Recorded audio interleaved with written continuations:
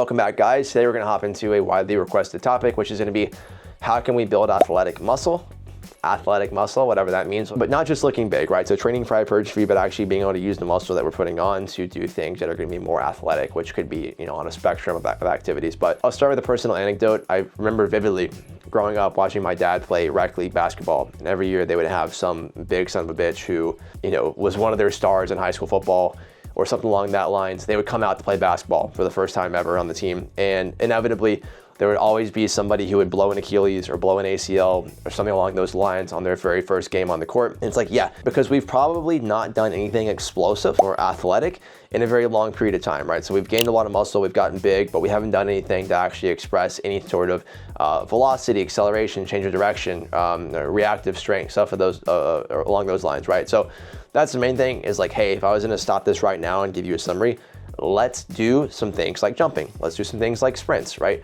This doesn't mean run a 40-yard dash, but maybe some acceleration work if we're going to be doing something along the lines of playing basketball, right? And then also let's make sure we just have, and I guess this is kind of the first point, let's just make sure that we have good movement variability. When I say movement variability, I don't mean looking at our program and changing a lot of things up in terms of, okay, I need to change my chest exercise every 3 weeks or my squat exercise every 3 weeks. Like, no. Movement variability I would describe as, hey, let's make sure we can express a 4-range of motion and express strength through a 4-range of motion through our joints. Can we get hip extension, hip flexion, IR, ER, shoulder flexion, shoulder extension, right? Can we just get through a full range of motion at most of our joints? Can we express strength there and good control there? If we can do that, we probably have pretty good mobility and stability. We have muscles that can do their job, right? At least from a basic movement standpoint. So let's start with that, as if I'm gonna be training to add on muscle, let's make sure I'm not neglecting getting into the end ranges of joint positions, right? So maybe, I think somewhere along the lines, we got into this like hyper optimization. Everything is really maximizing hypertrophy, which really, if I'm looking at maximizing, I would look in the other direction. I'd look at, okay, maybe I will compromise a bit of external stability, or maybe I will compromise a bit of optimality in terms of joint position for hypertrophy in order for me to express some of these secondary qualities that I could get from training arms overhead, training my arms behind me and shoulder hyperextension, right? Doing things that can help me express shoulder function better, really challenge shoulder function better. We could argue, hey, I can't grow the most from that necessarily, contextually dependent there, but maybe I can kind of hit some secondary adaptations there that will help me move better in the long run. So we're looking at athletic qualities, or really, movement qualities that make me more athletic. I think movement variability and just having the ability to get into ranges that are demanded of us could be very important, or actually is very important for expressing athleticism. So if you're going to be somebody who is training to be a meathead, but you also want to do some things that are athletic, let's just make sure that we're maintaining mobility, we're maintaining strength and in ranges. And that doesn't look like a hyper, like yoga mobility routine. It's just like, hey, when we're training, let's make sure we're not neglecting our ranges of motion. Next thing we get into is like, what are athletic qualities? We can look at like speed, acceleration, things like rate of force development, reactive strength. That's what we'll see very commonly talked about. We're looking at like strength and conditioning stuff. What does that mean exactly? I think we could dumb it down to, again, just do some sort of jumping. If I want to look at kind of two ends of the spectrum, I could look at things that are more like reactive strength. So kind of transitioning from eccentric to concentric, so faster ground contact times, or I could look at things that are more about producing a lot of force in a fast amount of time. I could look at things there with like a longer ground contact time from a jumping standpoint. But if I was just to start out, just start doing some things that are gonna be more extensive in nature in terms of plyometrics. So things are gonna be lower intensity, we can do at a higher frequency, at a higher volume to just learn the rudimentary, fundamentals of jumping. Pogo hops, lateral pogo hops, do some change of direction stuff with that, right? But lower intensity, higher volume, higher frequency, just get more exposed to jumping again.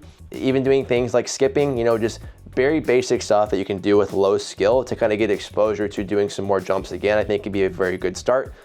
Building into that, we could do things like drop jumps if we wanted to train reactive strength, so faster ground contact time, just hopping off of a small box and focusing on putting force into the ground very fast.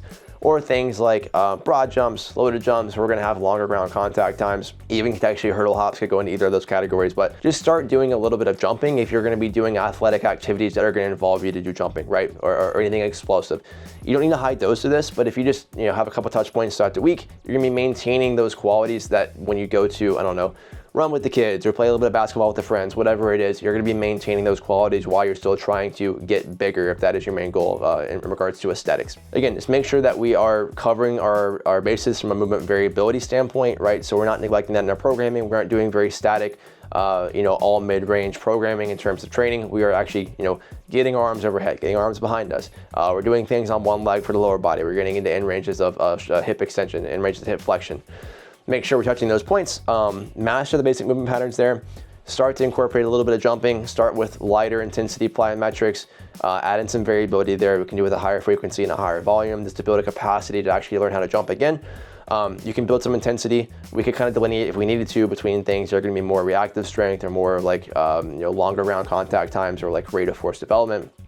And from there, you should be able to find a minimum effective dose pretty easy. I think just getting that back into your training and kind of drawing focus to those things can be a lot of what most people are going to need to actually make sure they're maintaining athletic muscle. I would really base it off based off the demands of what you want to be doing as well. If you want to be doing more demanding athletics, for whatever reason you're playing, club sports or rec sports or whatever it is, you want to be a washed up athlete like me. If you want to do things that are more intense, just make sure we're scaling those things accordingly to the demands of the sport that we're going to be seeing so that we are actually physically prepared to do that sport. But outside of that, hopefully those touch points are enough to kind of get an idea of what we should be focusing on in terms of building athletic muscle. I hate saying that, but focus on those things. We should be good to go. As always, I appreciate you guys. If you've not liked and subscribed, please go and do so right now. I appreciate the support as always, and I will see you guys again soon.